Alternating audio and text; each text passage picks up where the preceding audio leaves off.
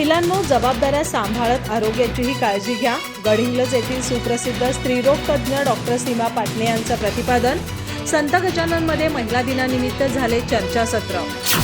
महिलांवर असणाऱ्या विविध जबाबदाऱ्यांमुळे त्या स्वतःच्या आरोग्याकडे दुर्लक्ष करतात. यामुळे अनेक आजारांना बळी पडतात. सध्या स्त्रियांमधील स्तनाचा आणि गर्भाशय मुखाच्या कर्करोगाचं प्रमाण वाढत असून त्याची लक्षणं वेळीच ओळखून उपचार सुरू केल्यास होणाऱ्या संभाव्य धोक्यापासून बचाव करता येतो. आपल्या निरोगी जीवनासाठी वर्षातून एकदा तरी महिलांनी आरोग्य तपासणी केली पाहिजे, असं प्रतिपादन प्रसिद्ध स्त्रीरोग तज्ज्ञ डॉक्टर सीमा पाटणे यांनी केलं. महिला दिनानिमित्त संत गजानन महाराज शिक्षण समूहात आयोजित चर्चासत्रात त्या बोलत होत्या. अध्यक्षस्थानी विश्वस्त डॉक्टर प्रतिभा चव्हाण होत्या.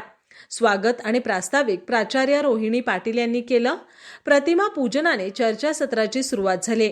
यावेळी डॉक्टर सुरेश संकेश्वरी यांनी सामान्य महिलांच्या आरोग्य समस्या आणि निरोगी जीवनासाठी नियमित व्यायाम, ध्यान आणि सकस आहाराचं महत्त्व सांगून सध्या संधिवात, डायबेटिस, उच्च रक्तदाबाच्या तक्रारी वाढत आहेत.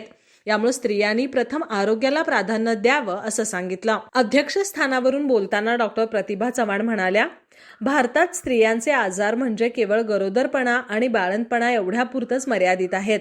या दरम्यानच त्यांची अधिक काळजी घेतली जाते. यानंतर मात्र वयोमानानुसार त्यांना विविध टप्प्यात विविध समस्या निर्माण होत असतात. त्याकडे मात्र दुर्लक्ष होतं. यासाठी जागरूकता फार महत्त्वाची असून वेळीच लक्षणं ओळखून उपचार सुरू केल्यास कोणत्या समस्या उद्भवणार नाहीत, असं त्यांनी स्पष्ट केलं. या चर्चासत्रात डॉक्टर सुप्रिया रुद्रापगोळ, डॉक्टर किरण हत्ती, डॉक्टर रूपा कल्याण शेट्टी, डॉक्टर गीता कोरे, डॉक्टर प्रकाश पाटील, डॉक्टर पूनम पाटील आदींनी सहभाग घेतला. यावेळी प्राध्यापक कल्याणी चव्हाण, प्राध्यापक कविता कुरळे, प्राध्यापक Shubhangi Sangpal, doctor Archana Magdum, doctor Sangeeta Mangule, doctor Asmita Kamble, प्राध्यापक भाग्यश्री तराळ, प्राध्यापक संजीवनी गाडवी, प्राध्यापक सुफिया पटेल यांच्यासह विविध महिला कर्मचारी, विद्यार्थिनी उपस्थित होते. डॉक्टर मंगल मोरबाळ यांनी सूत्रसंचालन केलं, तर प्राध्यापक कविता कुरळे यांनी आभार मानले.